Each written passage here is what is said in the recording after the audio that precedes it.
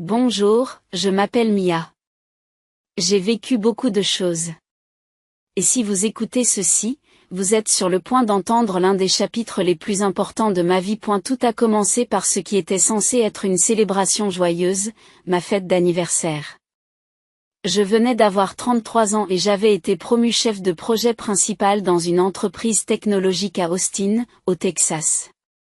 J'étais ravie. J'avais l'impression que tous mes efforts portaient enfin leurs fruits. J'ai donc décidé d'organiser une fête d'anniversaire chez moi pour partager la nouvelle avec mes amis et ma famille. Mon mari, David, et moi-même nous sommes préparés pendant des semaines. Notre maison, modeste mais charmante, située dans un quartier agréable, était décorée de lumières scintillantes, de ballons colorés et d'un magnifique gâteau que j'avais choisi. David, un ingénieur logiciel d'une trentaine d'années, était censé être mon rock, mon partenaire dans tous les domaines. Il m'avait toujours soutenu dans ma carrière, du moins c'est ce que je pensais. Et la soirée a commencé à merveille. Nos amis et notre famille étaient réunis et l'ambiance était animée. Je me souviens d'avoir discuté avec Clara, ma collègue et amie proche, qui était ravie d'apprendre ma promotion. Tu dois être aux anges, Mia, s'est exclamée Clara, les yeux brillants d'excitation. Raconte-nous tout. J'ai souri, sentant la chaleur de la pièce. J'attendais ce moment pour partager ma grande nouvelle. Le moment venu, j'ai rassemblé tout le monde. J'ai regardé David, qui se tenait à côté de moi, prêt à me soutenir. Merci à tous d'être venus, ai-je commencé. J'ai une grande nouvelle à vous annoncer. J'ai été promu chef de projet principal au travail. C'est un grand pas en avant pour moi, et je n'aurais pas pu le faire sans votre soutien. Et la salle s'est mise à applaudir à tout rompre. C'était un moment dont j'avais rêvé. Un moment où je pouvais enfin partager ma réussite. Mais en regardant autour de moi, j'ai remarqué que le visage de David ne reflétait pas la joie à laquelle je m'attendais. Au lieu de la fierté que j'espérais voir, il y avait un soupçon de malaise. Madame Lancaster, la mère de David, était assise de l'autre côté de la pièce. Elle avait toujours été critique à mon égard, surtout en ce qui concerne ma carrière. Alors que je savourais les messages de félicitations, elle s'est penchée vers David, sa voix dépassant à peine un murmure, mais suffisamment forte pour que je l'entende. C'est ce que tu voulais pour lui. Être éclipsé par la carrière de sa femme. Ces mots m'ont piqué, comme une aiguille qui pique un ballon rempli de joie. J'ai essayé de l'ignorer. Je me suis dit qu'elle n'était peut-être que dans son rôle habituel. Mais la réaction de David a été plus décourageante. Et elle m'a regardé avec un sourire forcé, ses yeux reflétant l'incertitude. Mia, commença-t-il. Le ton soudain froid.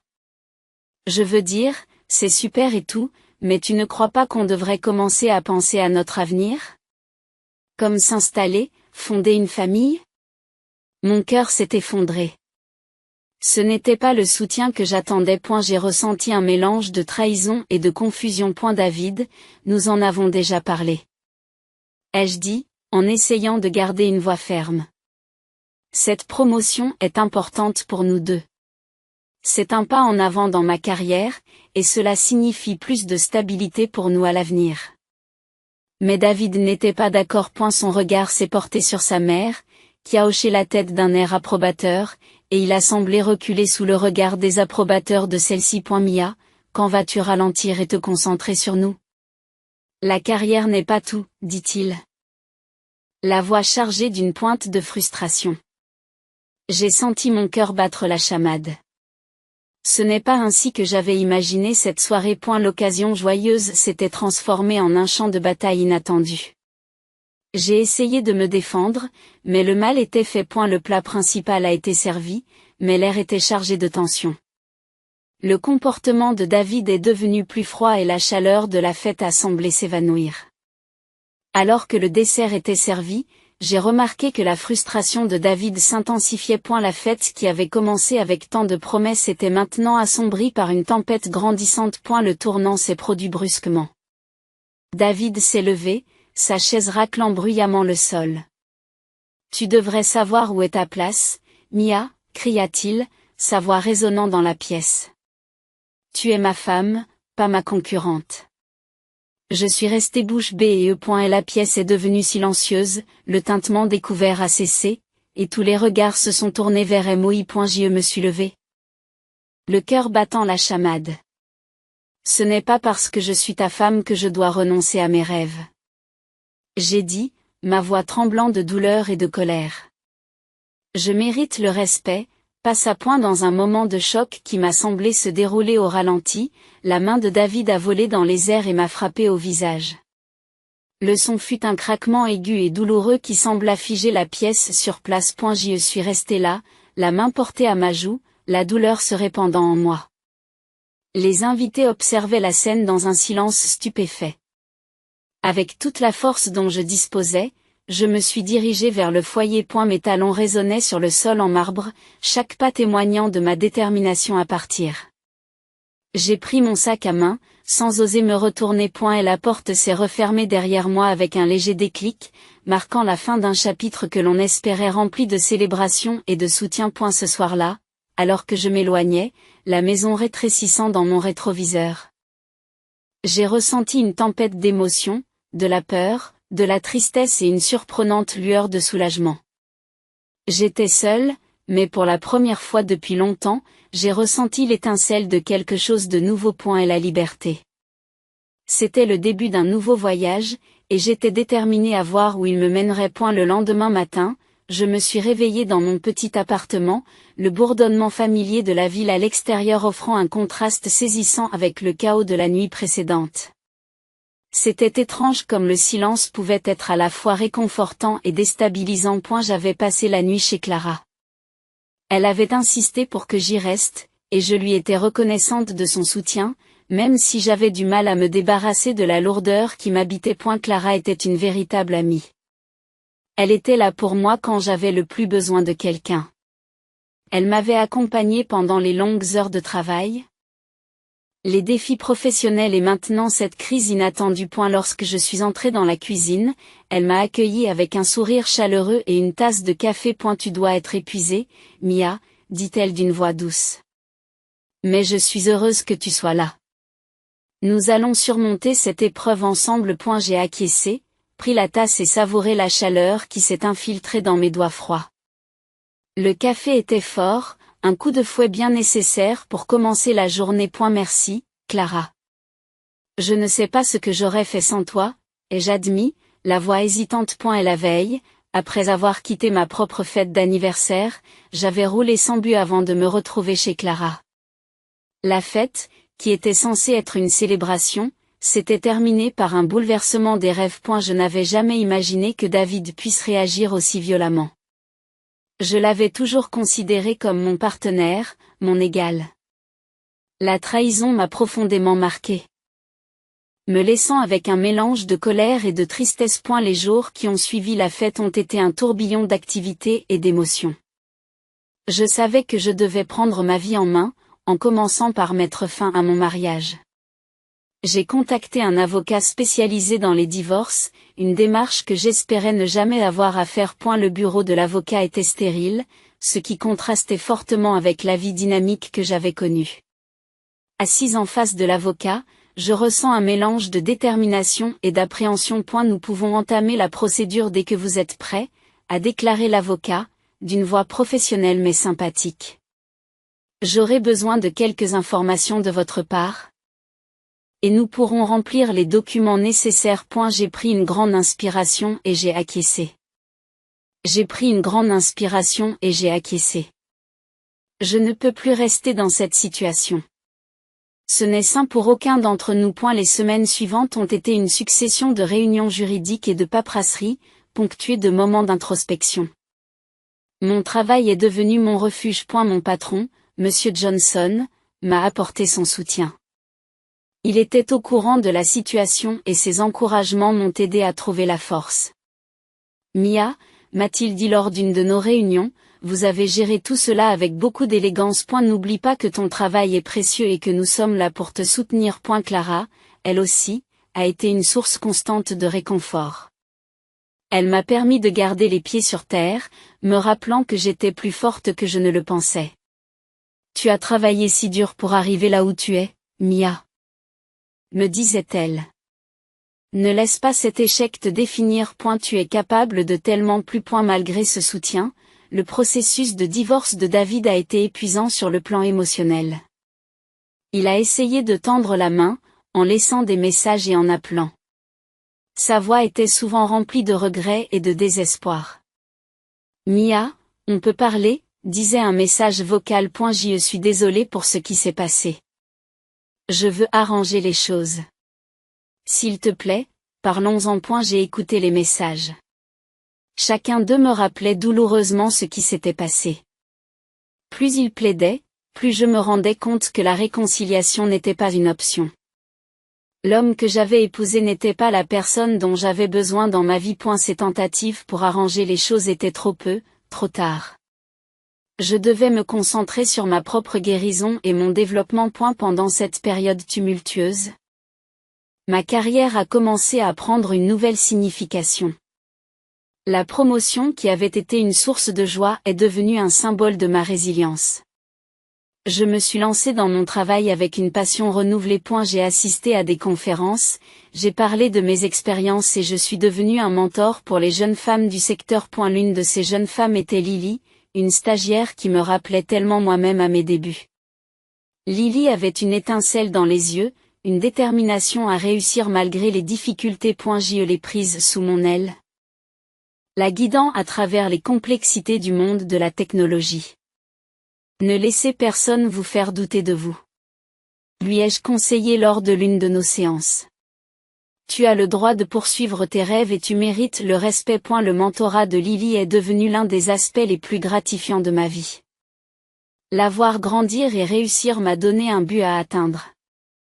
Cela m'a rappelé qu'en dépit des difficultés auxquelles j'étais confrontée, il était toujours possible d'avoir un impact positif sur les autres.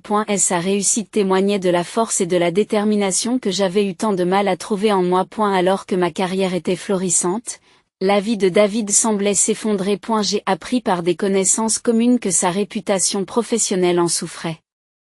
Son comportement à la fête avait laissé des traces et il avait du mal à reprendre pied. J'ai reçu des messages de lui demandant de l'aide. Mais je suis restée ferme dans ma décision. Je devais garder mes distances par rapport à mon propre bien-être. Un soir, je me suis retrouvée à réfléchir sur les derniers mois. Ce fut un voyage de redécouverte et de croissance. J'ai fait face à l'adversité, j'ai appris à fixer des limites et j'ai retrouvé mon identité. Ce fut un processus douloureux, mais il m'a finalement conduit à un lieu d'autonomisation. Avec le recul, je me suis rendu compte que la nuit de ma fête d'anniversaire, bien que dévastatrice, avait été un tournant. C'est le moment où j'ai choisi de me défendre, de m'éloigner d'une relation toxique et d'embrasser un avenir qui m'appartenait entièrement. Le chemin n'a pas été facile, mais il m'a permis de retrouver un but et une estime de soi. Alors que la procédure de divorce se poursuivait, j'avais l'impression que chaque jour était un exercice de funambulisme entre le fait d'aller de l'avant et celui de regarder en arrière.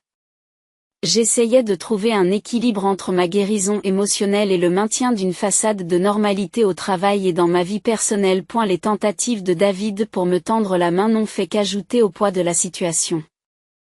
Malgré le barrage constant d'appels téléphoniques et de messages, je suis restée déterminée dans ma décision d'aller de l'avant. Par une froide matinée de novembre, j'étais assise à mon bureau, travaillant sur un nouveau projet. Lorsque Clara passait, elle sentait toujours que j'étais en difficulté, et ce n'était pas le cas aujourd'hui. Tu as l'air un peu distante, dit-elle en s'asseyant en face de moi. Comment tu tiens le coup? J'ai soupiré en me frottant les tempes. C'est difficile. Les rappels constants de ce qui s'est passé. C'est comme si je ne pouvais pas y échapper. David a essayé de me joindre. Et c'est difficile de ne pas se sentir en conflit. Clara a hoché la tête, comprenant. Tu as fait un travail incroyable pour naviguer dans tout cela. C'est normal d'avoir des moments de doute, mais n'oublie pas pourquoi tu as fait ce choix. Tu mérites d'être traité avec respect et amour. Et ne laissez pas ces regrets vous influencer. Ces mots ont fait l'effet d'une bombe sur mes nerfs à vif. J'ai apprécié son soutien indéfectible, en particulier dans les moments où j'étais tentée de remettre mes décisions en question. Au fil des semaines, la procédure de divorce est devenue plus routinière, bien que très éprouvante sur le plan émotionnel. Il m'arrivait de me demander si je faisais le bon choix, mais je me souvenais alors de la fête, de la trahison, de la violence. Et je réaffirmais ma décision. Un tournant important s'est produit lors d'une conférence professionnelle. J'avais été invité à parler de mon expérience dans l'industrie technologique et des défis que j'avais relevés. Ce discours était l'occasion de partager mon parcours et d'entrer en contact avec d'autres personnes confrontées à des obstacles similaires. J'étais nerveuse, mais je savais que c'était important pour ma propre croissance et pour les jeunes femmes qui m'admiraient. Le jour de la conférence, je me tenais dans les coulisses, le cœur battant la chamade. Clara était là pour me soutenir moralement, me faisant un signe de tête rassurant. « Tu as tout ce qu'il faut », m'a-t-elle chuchoté. « Sois toi-même et partage ton histoire. » Lorsque mon tour est venu de parler, j'ai pris une grande inspiration et je suis montée sur scène. En regardant le public, j'ai vu des visages pleins d'impatience et de curiosité. J'ai commencé par raconter ma promotion et l'excitation de franchir une étape importante dans ma carrière. J'ai ensuite abordé les défis auxquels j'ai été confrontée, notamment la trahison et le voyage qui s'en est suivi pour retrouver mon identité. Il est facile de se laisser définir par l'adversité. Mais il est bien plus puissant de prendre le contrôle et de se redéfinir. J'ai dû prendre la décision difficile de quitter une relation qui ne me servait plus, mais ce fut le choix le plus difficile et le meilleur que j'ai jamais fait. Et la réaction a été extraordinaire.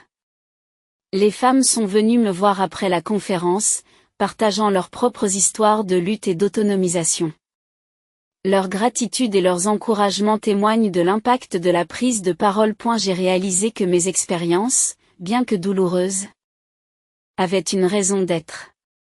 Elles pouvaient inspirer et aider d'autres personnes qui vivaient des situations similaires. Durant cette période, mon mentorat avec Lily a pris tout son sens. Elle s'épanouissait sous ma direction et commençait à assumer davantage de responsabilités au sein de l'entreprise. Son évolution m'a constamment rappelé pourquoi je devais continuer à aller de l'avant. Nous avons passé de nombreuses heures à discuter de nos objectifs de carrière et de nos défis personnels, et j'étais fière de voir sa confiance s'épanouir. Cependant, mon sentiment d'autonomie a été continuellement mis à l'épreuve par les tentatives persistantes de David de reprendre contact. Il m'a envoyé des lettres, m'a appelé et s'est même présenté une fois à mon appartement. À chaque fois, je suis restée ferme. J'avais appris que ma valeur n'était pas liée à mes relations passées ou à l'opinion des autres. Je me construisais une nouvelle vie en fonction de mes propres conditions et objectifs. Un soir, après une journée particulièrement chargée en émotions, j'ai reçu une nouvelle lettre de David. Elle était remplie d'excuses et de demandes d'une nouvelle chance. En la lisant, j'ai ressenti de la tristesse pour ce que nous avions eu autrefois, mais je suis restée ferme dans ma détermination. Je savais que rouvrir de vieilles blessures ne m'aiderait pas à aller de l'avant. J'ai rédigé une réponse brève et ferme. David, j'ai pris ma décision. Il est important pour nous deux d'aller de l'avant et de trouver notre propre voie.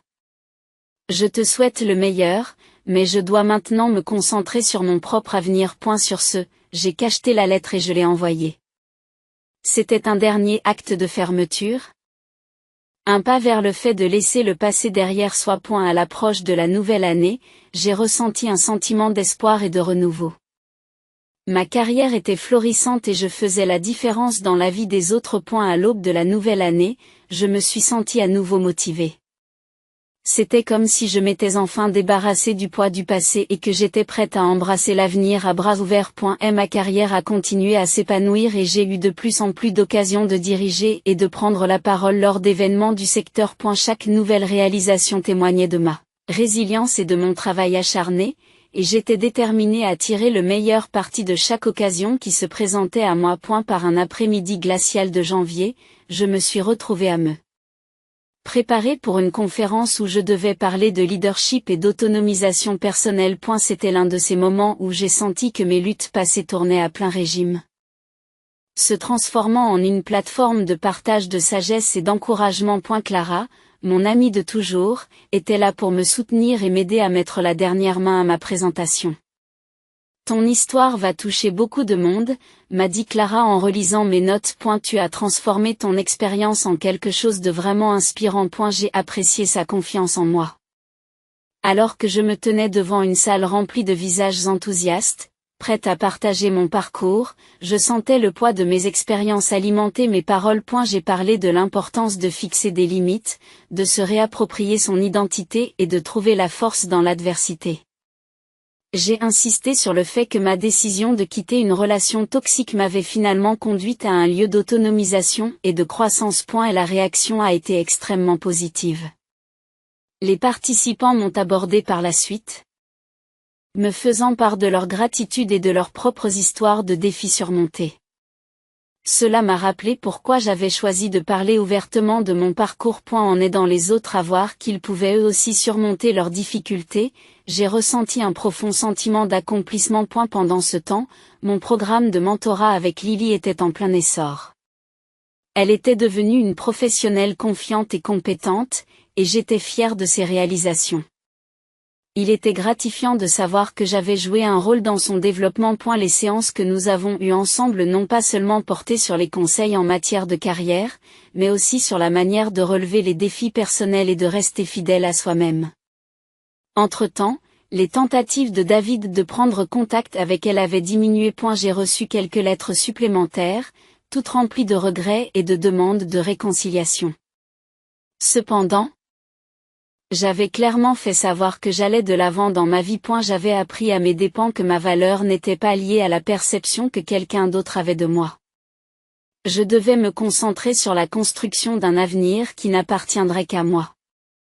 Fin février, j'ai été invitée à participer à une table ronde sur les femmes dans la technologie. C'était une occasion passionnante de m'exprimer aux côtés d'autres professionnels accomplis et de partager mes idées sur la manière de briser les barrières dans un secteur traditionnellement dominé par les hommes. En me préparant pour la table ronde, j'ai réfléchi au chemin parcouru depuis cette fête d'anniversaire fatidique. Le jour de la table ronde, j'ai ressenti un mélange de nervosité et d'excitation. Debout devant le public, je me suis rendu compte que le voyage que j'avais entrepris ne consistait pas seulement à surmonter l'adversité personnelle. Il s'agissait d'embrasser mes forces et de les utiliser pour inspirer les autres. J'ai parlé avec passion de l'importance de l'estime de soi, de la fixation de limites et de la poursuite de ses ambitions, indépendamment des pressions sociales ou familiales. Et la table ronde a été un succès et les réactions du public ont été incroyablement positives. Il était clair que mon histoire et les leçons que j'en avais tirées trouvaient un écho auprès de nombreuses personnes. J'ai ressenti un profond sentiment d'accomplissement et de fierté. J'avais transformé un chapitre difficile de ma vie en une source d'inspiration et de force. À l'approche du printemps, je me suis sentie plus enracinée et plus confiante dans ma nouvelle vie. Ma carrière était florissante. Mes limites personnelles étaient fermement établies et je trouvais de la joie à encadrer d'autres personnes. Les expériences auxquelles j'avais été confrontée avaient fait de moi une personne plus forte et plus résiliente, et j'étais déterminée à continuer à construire sur cette base. Un soir, alors que j'étais assise dans mon appartement et que je réfléchissais à mon parcours, j'ai réalisé que la véritable mesure du succès ne résidait pas dans les accolades ou les réalisations professionnelles, mais dans la croissance que j'avais connue et la personne que j'étais devenue. J'avais appris à m'estimer, à me fixer des limites claires et à poursuivre mes passions avec une détermination inébranlable. J'ai pris ma vie en main et je me suis tracé un avenir qui correspond à mes valeurs et à mes aspirations. Mon parcours n'était pas défini par le passé, mais par la force et la résilience que j'avais trouvée en moi. En regardant vers l'avenir, j'ai ressenti un profond sentiment d'espoir et d'excitation face aux nouvelles possibilités qui s'offraient à moi.